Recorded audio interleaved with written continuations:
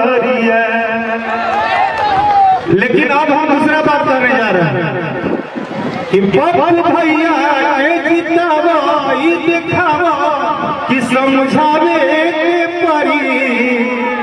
अब की कोई चीज छप बटम दबावे के परी कि के जितावा जे की तोहरा के मानेला।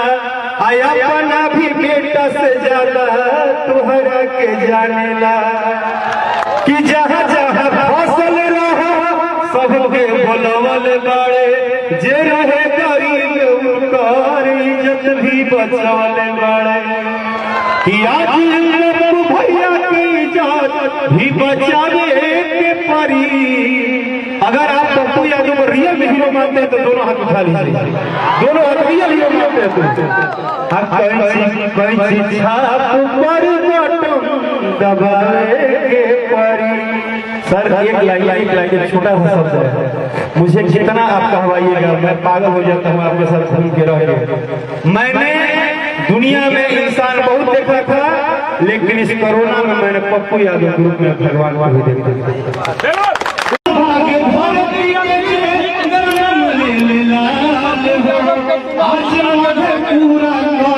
भारत में कमाल हो जन्म ले लाल हो आज पूरा भारत में कमाल हो।